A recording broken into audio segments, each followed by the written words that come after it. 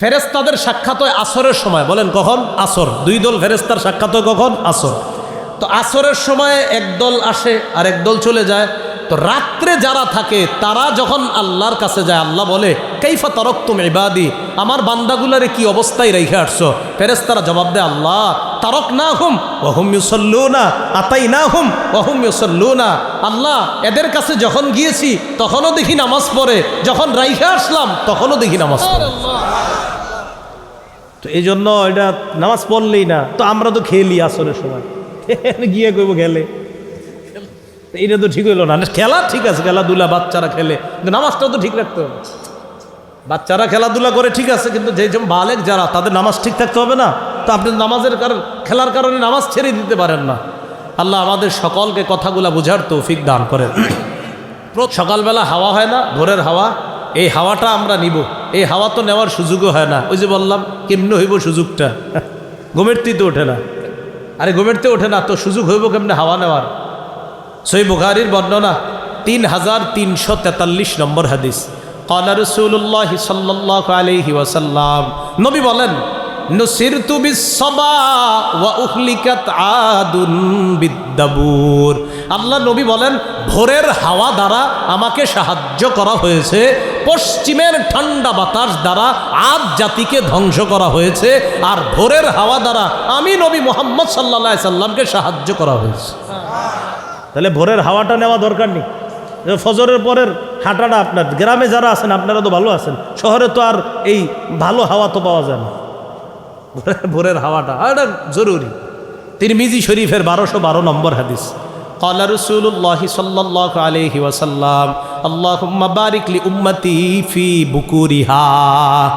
নবীজি বলেন, আল্লাহ আমার উম্মতের সকাল বেলার যেই সময়টা, এই ভোর বেলার সময়টাতে আপনি ভরপুর বরকত দিয়ে দেন।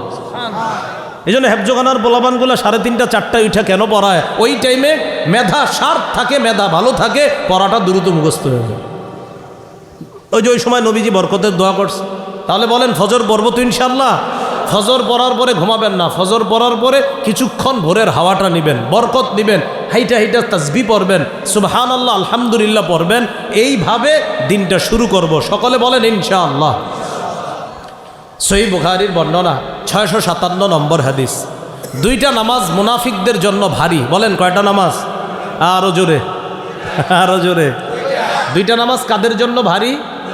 একটা ফজর আর একটা এশা। বলেন একটা ফজর আর একটা। ক্বালা রাসূলুল্লাহ সাল্লাল্লাহু আলাইহি ওয়াসাল্লাম, লাইসা সালাতুন আথকালা আলাল মুনাফিকিনা মিনাল ফাজরি ওয়াল ইশা। নবীজি বলেন, মুনাফিকদের কাছে দুইটা নামাজের চাইতে আর ভারী কিছু নাই। একটা হলো ফজরের নামাজ আর একটা হলো এশার নামাজ। নবী বলেন, লাউ ইয়ালামুনা মা ফিহিমা, আমরা যদি জানতাম, নবী বলেন মানুষ যদি জানতো ফজরের নামাজ আর এশার নামাজে কি ফায়দা, মানুষ যদি জানতো ফজর আর এশার নামাজে কি উপকার, লাতাউহুমা ওয়ালাউ হাবওয়া, মানুষ হামাগুড়ি দিয়ে হলেও ফজর আর এশার নামাজে উপস্থিত হইত। হামাগুড়ি কারে কয় আগে বলি। এই গ্রামগঞ্জে যেন দেখছেন না আপনারা, শহরে দেখা যায় ওই অনেক মানুষ হাঁটতে পারে না, প্যারালাইজ।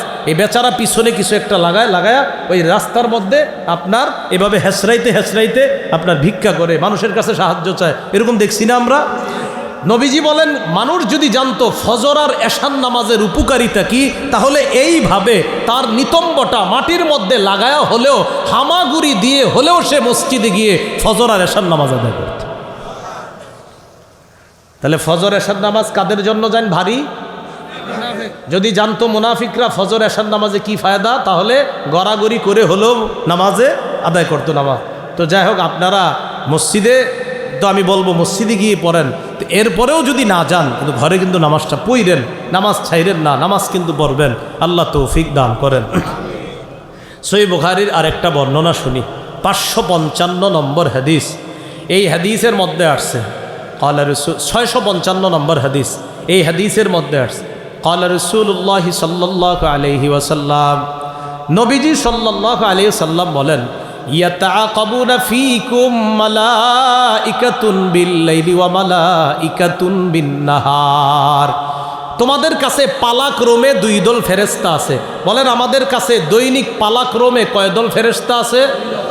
মালাইকাতুন বিল্লাইলি ওয়া মালাইকাতুন বিন্নাহার।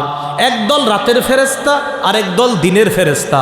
রাতের ফেরেশতা আর দিনের ফেরেশতারা ইয়াজতামিউনা ফি সালাতিল আসরি ওয়া সালাতিল ফজরি।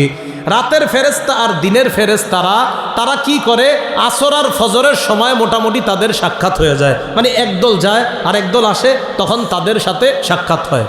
সুম্মা ইয়ারজুল্লাযীনা বাতু ফীকুম। রাত্রে যেই ফেরেশতারা থাকে, যেমন আজকে রাত্রে যে ফেরেশতারা আছে এখন আমাদের দায়িত্বে, এই ফেরেশতারা যখন আল্লাহর কাছে যায়, যাওয়ার পর আল্লাহ আমাদের ব্যাপারে জানে, এরপরেও আল্লাহ তাদেরকে বলে কাইফা তারাকতুম ইবাদি। ও আচ্ছা, আরেকটু বলি, ফেরেশতাদের সাক্ষাৎ হয় আসরের সময়। বলেন কখন? আসর। দুই দল ফেরেশতার সাক্ষাৎ হয় কখন? আসর। তো আসরের সময় একদল আসে আর একদল চলে যায়।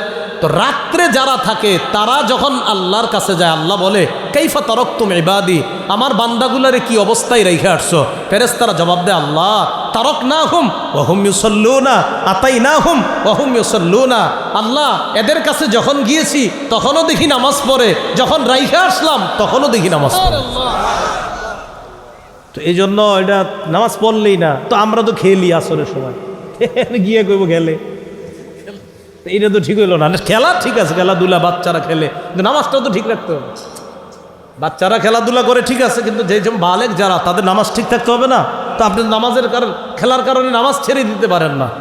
আল্লাহ আমাদের সকলকে কথাগুলা বুঝার তৌফিক দান করেন।